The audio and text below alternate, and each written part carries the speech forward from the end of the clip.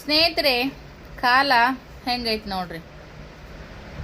ಹೆಂಡತಿ ಆದಳು ಗಂಡನ ಹಿಡ್ಕೊಂಡು ಗಂಡನ ತಂದೆ ತಾಯಿ, ಅಕ್ಕ ತಂಗಿ, ಅಣ್ಣ ತಮ್ಮ, ಬಂಧು ಬಳಗ ಇವರೆಲ್ಲರ ಸೇವೆನೂ ಕೂಡ ಹೆಂಡತಿ ಆದವಳು ಮಾಡ್ತಾ.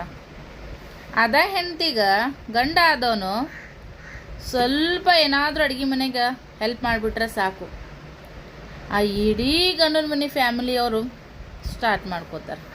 ಹೆಂಡ್ತಿಗೆ ಸದ್ರ ಕೊಡಬೇಡ, ಹೆಂಡ್ತಿ ಕಂಟ್ರೋಲ್ದಾಗ ಇಟ್ಕೋ. ಇವರೆಲ್ಲರೂ ಸೇವೆ ಮಾಡುವಂಥ ಹೆಂಡತಿಗೆ ಗಂಡ ಒಬ್ಬ ಹೆಲ್ಪ್ ಮಾಡಕ್ಕೆ ಬಂದ್ರೆ ಎಷ್ಟೆಲ್ಲ ಮಾತುಗಳು ನೋಡ್ರಿ. ಮಾಡಬಾರ್ದಾ ಗಂಡ ಆದವನು ಹೆಂಡ್ತಿಗೆ ಸಪೋರ್ಟ? ಇದೇ ಕಾರಣದಿಂದನೇ ಎಷ್ಟೋ ಗಂಡು ಮಕ್ಕಳು ಬೇರೆಯವ್ರಿಗಂಜಿ ಹೆಂಡ್ತಿಯರಿಗೆ ಸಪೋರ್ಟ್ ಮಾಡ್ತಾ ಇರಲ್ಲ ನೋಡ್ರಿ.